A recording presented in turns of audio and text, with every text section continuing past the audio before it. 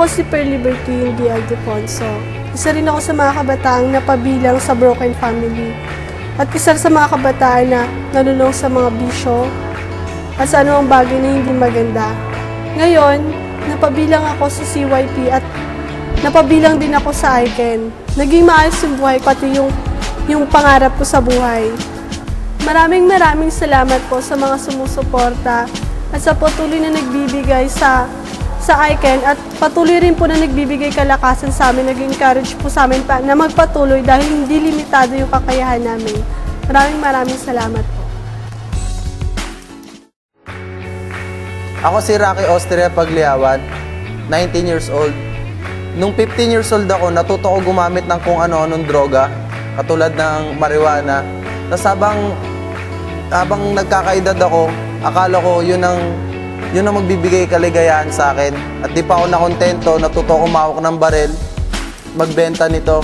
Doon umigot yung buhay ko. Nagkaroon ng programang Champion Youth Philippines na ICAN at sumali ako doon. Habang tumatagal, doon ko naisip sa sarili ko na gusto kong maging director at gumawa ng maraming pelikula na makakatulong sa mga kabataan katulad noon.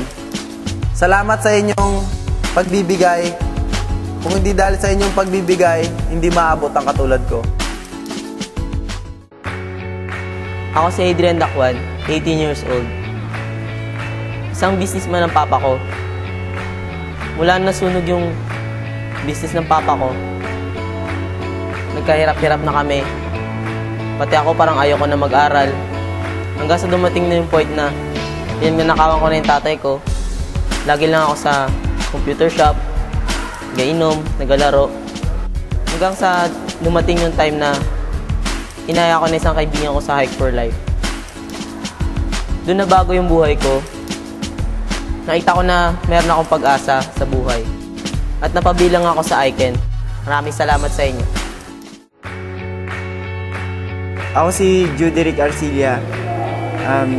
Dati akong lasinggero, ninigarilyo, dating tambay. Dati hindi ko pinagbuti yung pag-aaral ko at sumasagot ako sa mga magulang ko. Pagkatapos ng Hike for Life, doon ako nagpatuloy sa church at doon din ako patuloy nagbago. Mayroong programa yung CYP, yung Champion Youth Philippines na ICAN para sa mga kabataang hindi nag-aaral. Marami akong natutunan na humawak ng camera at may improve kung ano yung may talent ako. Nagpapasalamat ako sa mga nagsuporta sa ICAN dahil kung hindi dahil sa inyo, wala po kami dito. Ako si Alfred. Lumaki ako sa pamilya na wala akong tatay.